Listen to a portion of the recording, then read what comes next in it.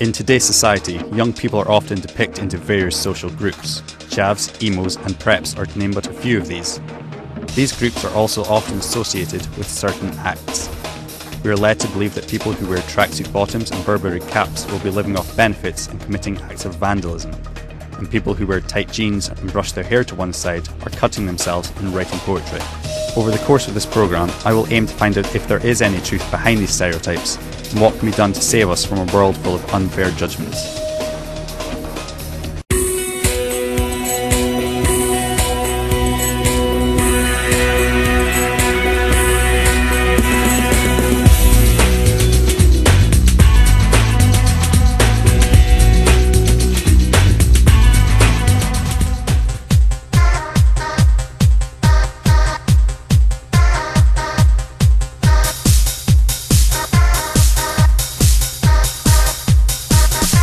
The chav. This stereotype is heavily associated with ASBOs, benefits, teenage pregnancy and alcoholism. They're feared by many and never travel alone. The chav is perhaps the most infamous social stereotype.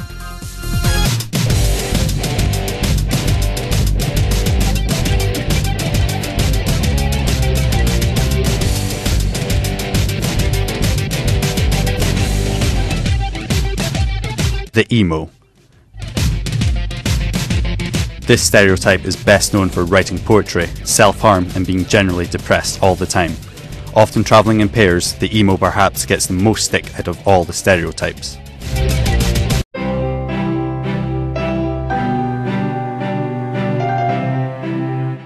The prep. He's cool, he's cocky and he's bad. Best known for having a way with the ladies and being the envy of every man around him. He can often be spotted at all the coolest bars chatting up all the ladies.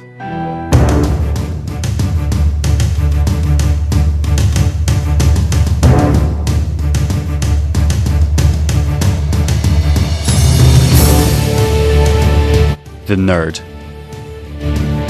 If a prep had an opposite, this would be it. He loves comic books, he's good at maths, and his nose constantly bleeds.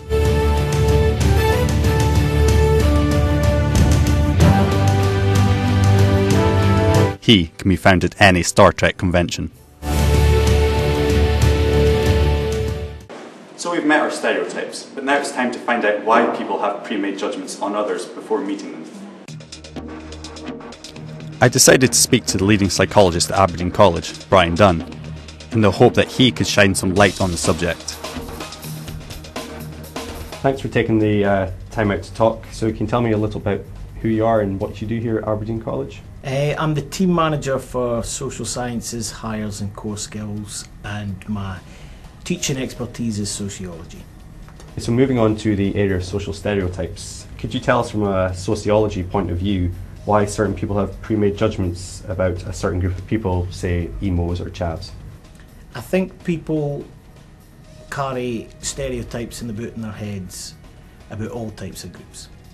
I think that there are clearly stereotypes.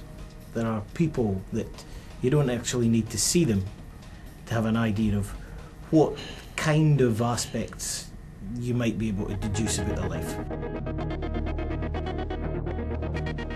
I don't think it's fair to make any judgments unless there's some substance behind it.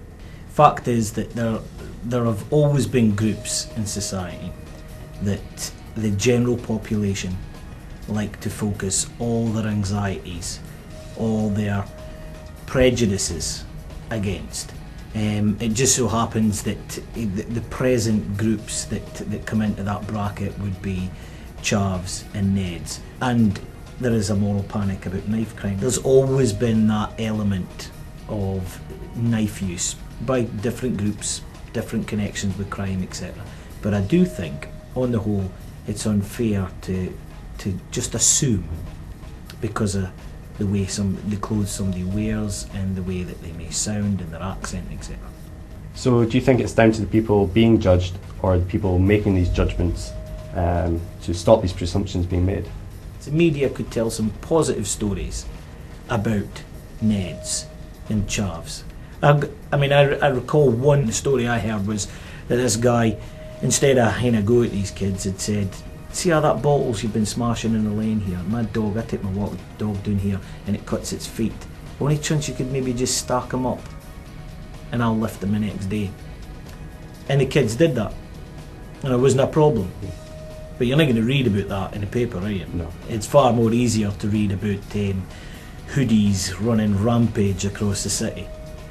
Thank you very much for your time. It's greatly appreciated. My talk with Brian really helped me think about what a stereotype is. The story of the young kids stacking up bottles up after using was genuinely uplifting. It left me wondering why there isn't more good press out there.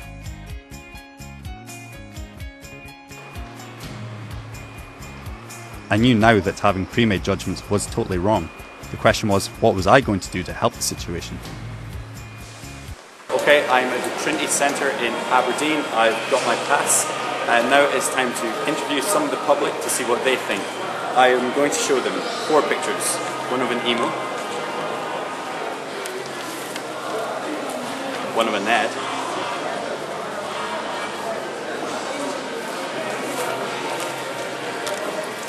one of a prep, and one of the nerd. And just to see what their opinion is, and if I'm lucky, I might actually get to speak to the horse's mouth themselves if I can interview some of the stereotypes. Hi, would you have time for a quick interview for a college project?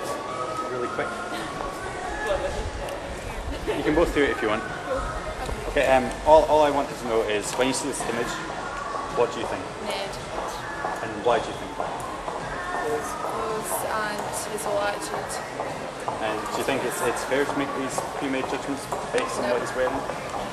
So why do you make these judgments? Because we're mean, nasty people. I think it's what we've seen here in the media maybe? Yeah. Just all the knife crime and all that? Yeah, and that's usually what they're wearing. Well, not usually, it's bad. Thank you very much for your time. Okay. It all went downhill after this. Nobody wanted to talk, and my project was failing right in front of my eyes. I myself was being prejudged, and I didn't like it one bit.